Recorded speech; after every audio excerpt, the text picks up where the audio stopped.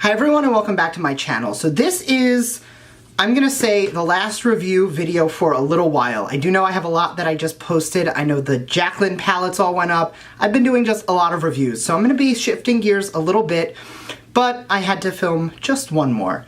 Today we're gonna be talking about the JUNO and Company Velvet Sponge. NikkieTutorials reviewed this, KathleenLights reviewed this, and it's gotten some really great press, and I have heard a couple people who really didn't like it, so obviously I had to see for myself. So it is still a sealed package right now, so I have no idea what this is gonna be. But if you wanna come along for the ride and see what this is, make sure to keep on watching. And please don't forget to subscribe because I do upload twice a week, and that is the best way to stay up to date on all the fun stuff I'm posting. So without further ado, let's get right into the video.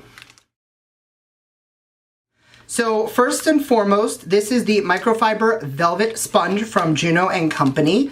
It is exactly what it sounds like, a microfiber sponge that should have a velvety texture.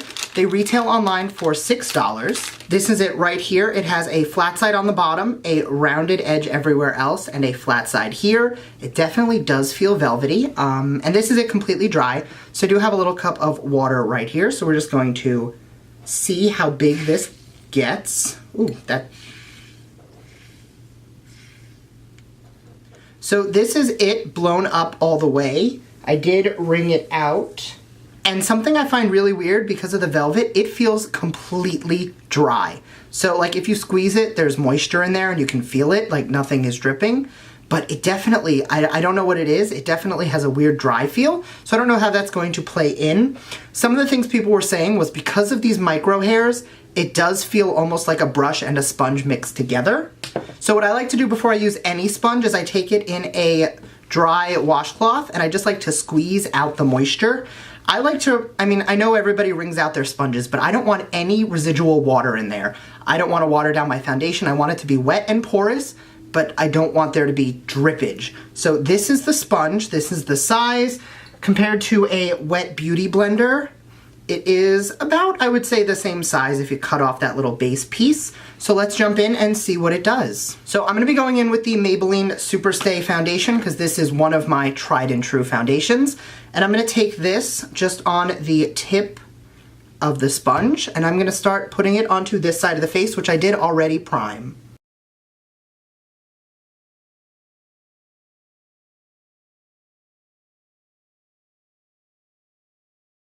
So that was one pump and it just did this entire side of my face. Normally I use 2.5 for the whole face. So I'm gonna say that it didn't soak up any more product. It actually probably soaked up a little bit less than I normally have with a typical sponge. So it is gonna stretch your product a little bit. The finish is very pretty. Let me just get a mirror closer up. The finish is very pretty. It's very smooth and airbrushed. It's not picking up on texture. It's not grabbing anywhere. And then with whatever's on here, yeah, it's not depositing a lot of color. So even though there's a little bit on the sponge, it's not like soaking up so much that you're wasting product and it's absorbed into the sponge. So I'm gonna take one more pump and see if I can stretch that to the rest of the face.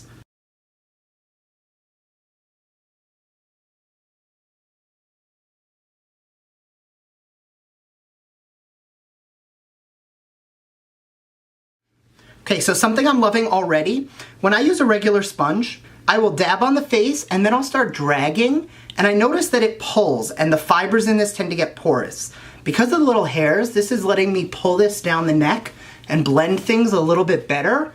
I can see why people were saying that it's the perfect hybrid between a brush and a sponge because I'm kind of getting both of that all in one. So next test, we're gonna see how well this plays with concealer. So I'm gonna just throw on a little bit of my Tarte Shape Tape, and I'm gonna be taking this with the clean side of the sponge, and I'm just going to blend this in. That was so easy. The coverage is there. I didn't lose any pigmentation. I didn't lose any coverage. It basically just kind of perfectly buffed this in.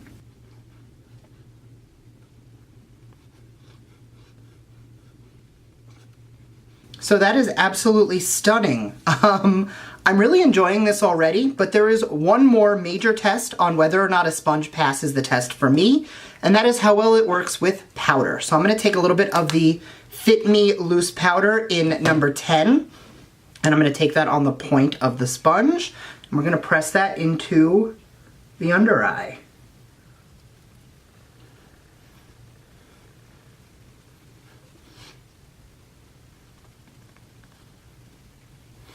Okay, so this is something magical. Whenever you take powder on a sponge, you see how nothing's really falling? Like, I could load this up and nothing's coming out. When I do that with any other sponge, I go to put it on and I wear it. I'm wearing a fairly dark color shirt right now, and I'm not getting any powder fallout, like, anywhere. So I'm thinking we are having a hit. So the last thing I'm gonna do is I'm gonna finish up the rest of the face, and I am gonna try the flat side to see if it drags any when I try and cut my contour. So I'm gonna go finish up the rest of the face quickly off camera, and I will be right back just to finish this up. Okay, so we are back, and it's time to see how we cut the contour. So this is something with the flat side of the sponge that I loved using a Morphe sponge for. The issue is it sometimes will drag, especially I have facial hair. I mean, it's stubbly right now, but it's still there and it will pull a sponge. So we're just going to... Oh, that is absolutely beautiful. Okay, so not that I expected anything differently, but because of the tiny little fibers in here, it actually like is perfectly gliding on the skin without grabbing onto any of the hair, without doing, like, I have powdered the face, I've set the face, and honestly, like, look, this just runs so smooth because of those tiny little fibers. This might be a new favorite sponge. I'm just going to bake the sides of the nose, cook this a little bit, finish up the face, and I'll be right back for final thoughts. So I am back, and it is time for the final thoughts on the JUNO & Co. sponge. First thing, I think across the board, for $6, it's an amazing sponge. Honestly, for triple that, it is an amazing sponge. I am gonna have to see how well it wears, because one of the biggest issues I have with the Morphe sponges, the Real Technique sponges, the EcoTool sponges, they all work pretty well, but I'll get 2 to 3 months out of a beauty blender if I clean it and sanitize it properly, which I do after pretty much every use. The Morphe sponge I'll get maybe a month to 6 weeks out of before it starts to fall apart, and the EcoTools I'll get like 3 weeks and it's dead. So if this lasts anywhere over like 6 weeks, it might be my new favorite sponge. If it kind of starts to fall apart and get gross, like right down here, there's already, you can see a little bit of like a hole forming. I mean, plus the one on the bottom, but I think that's just kind of always there.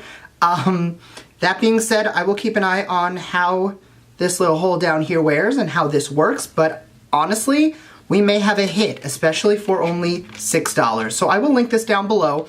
I did get it with free shipping, so I'm not sure if that code is still going on, but thank you very much for watching. I hope you enjoyed this little review on what might just be the sponge that will change the beauty game. Thank you very much for watching, and I will see you next time. Bye.